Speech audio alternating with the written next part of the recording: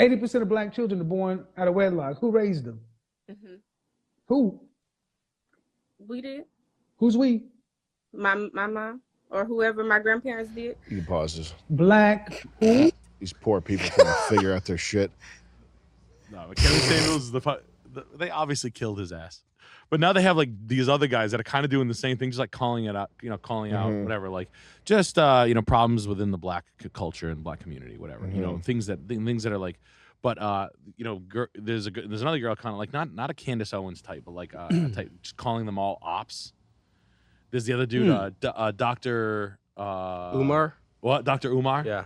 Who's cool too, but he's like he obviously hates my skin, which is totally fine. You can do that. It's all cool. He's entitled. He's entitled to do whatever. But Kevin Samuels called him. I was like, shut your fat ass up.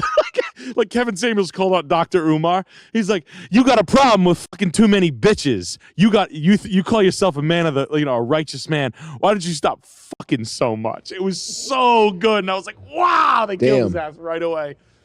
Like Charlemagne obviously met with that. Remember when Charlemagne met with that group? Oh, look at these. What happened? Videos. Look at this who's shit. That? That's Affion Crockett. This is a parody. Why do I know this?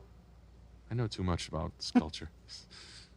People are crazy. JLP is obviously ops. Ops. Well, it's past the whole. I don't think he's an op. Point. No. JLP. What do you do now? Who is an op, in your opinion? Who is an op? Give me one. I want to know who you like. It's almost fun. Well, I've been saying Alex Jones for years, but everyone said people didn't like that. People didn't like hearing about that for years and years. So it's kind of like that. If someone has garnered lots and lots of influence, and they're always peddling something that's too true before people will realize it, then they're ridiculed. There's always something sticky in their views or something. It sticks for the future.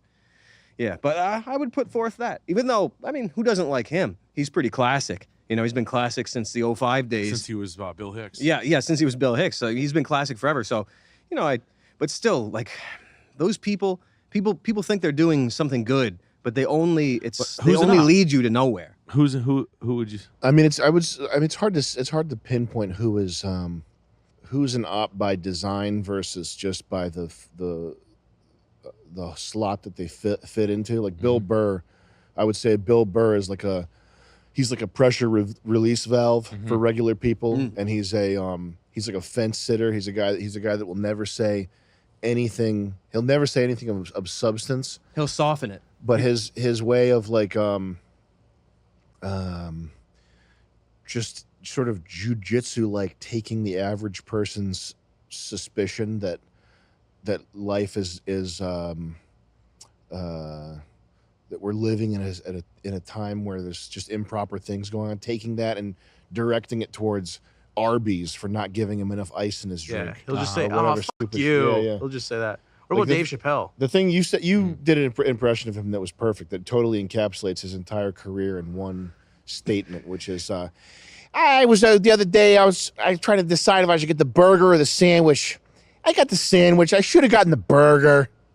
Yeah. Remember when you said that? I don't even remember. That was that was your impression that you did of him, but that's like his whole career. Like everything he says can be just it's that substantial and it's that empty. Look how big of a name he is. And so it's playing huge. The line, but underlying like I don't think that's by design. I don't think that's because some handler put him there. I think it's just because that's where he fit, and he's smart enough not to jeopardize the paychecks, and that's just part of that's how it goes. Who's put there though?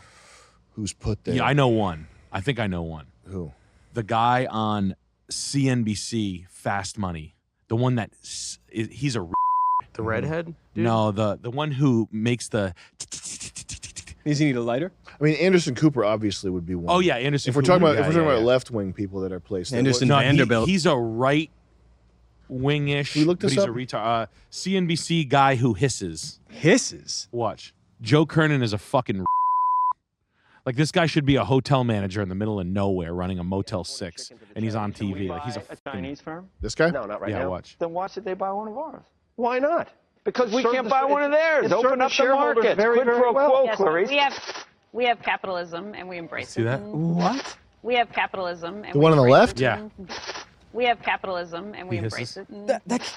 We have capitalism and we embrace it, and they don't necessarily. Right. Well, they embrace certain kinds of capitalism more analysis. For example, she says That's it an appears Britney is suffering from a major creep. psychological. I watch Fast Money a lot. I always have it on. I always have it on. He just says this like he's one of those like head scratches where like this guy is like a fucking. He wasn't a good salesman. Like if he was on a floor, I'd smoke him. If he was on a trading floor, he's got no personality. He's a guy that guy's a dink.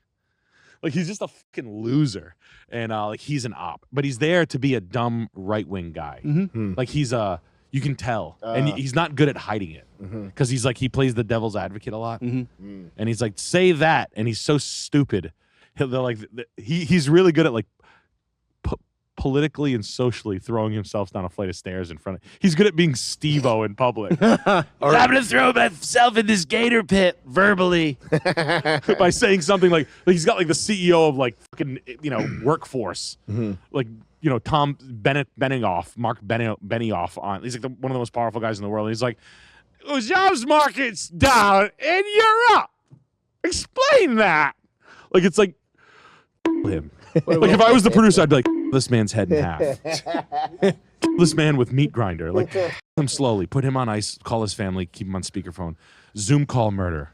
Kill him with one regular sized needle. I don't care how long. I don't care if it takes you 6 years. Might take a while. They make murder needles? Oh yeah, you can murder needle. Where?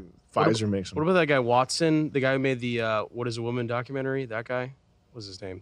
Oh, Matt Walsh. Matt Walsh. Matt Walsh. Yeah. Matt Walsh. He's. I mean, all the right wing stuff that's pro-Israel. Is he on with the Ben Shapiro thing? Yeah, he's like that's what you would do is you would target the stuff that's obviously like the tranny bathroom stuff and the drag queen shows, and then you'd ignore the source of the problem. Yeah, is how you would do it. So yeah, those people. But I don't know how much of it is by design versus how much of it. Well, I guess they probably get money. They get money from who? Ben Shapiro.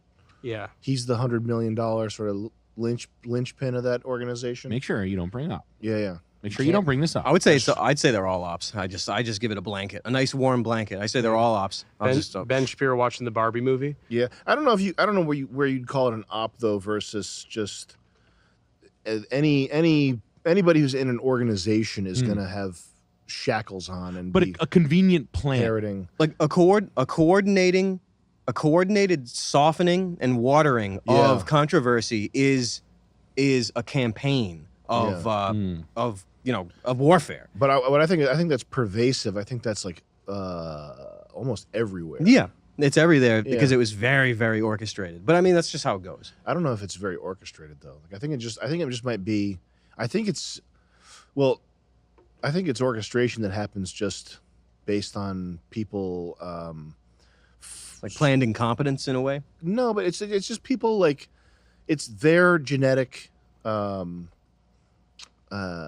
genetics playing themselves out. Like if you're a member of a group that has a very high in-group preference, that's how the orchestration happens. I think by skin. by something like that. Yeah. There's many different ways to do it, and it's been happening for a couple hundred years. I don't know how long we are right now. 200 years in. Well, media interface is would be a modern weapon. Yep. So media interface and its organizational weaponry would have to be like a 50 to 70-year-old thing, whether we you know what I mean? Well, civilization ended with the invention of the printing press. That's when you could not come back from it no matter what. There's no coming back from it even then. No coming back. So as soon as we started to organize the reality of reading other people's thoughts, it was it. That was over. As soon as you rely on something that is printed by somebody else instead of knowledge or oral tradition, that's when everything can be rewritten in 15 years.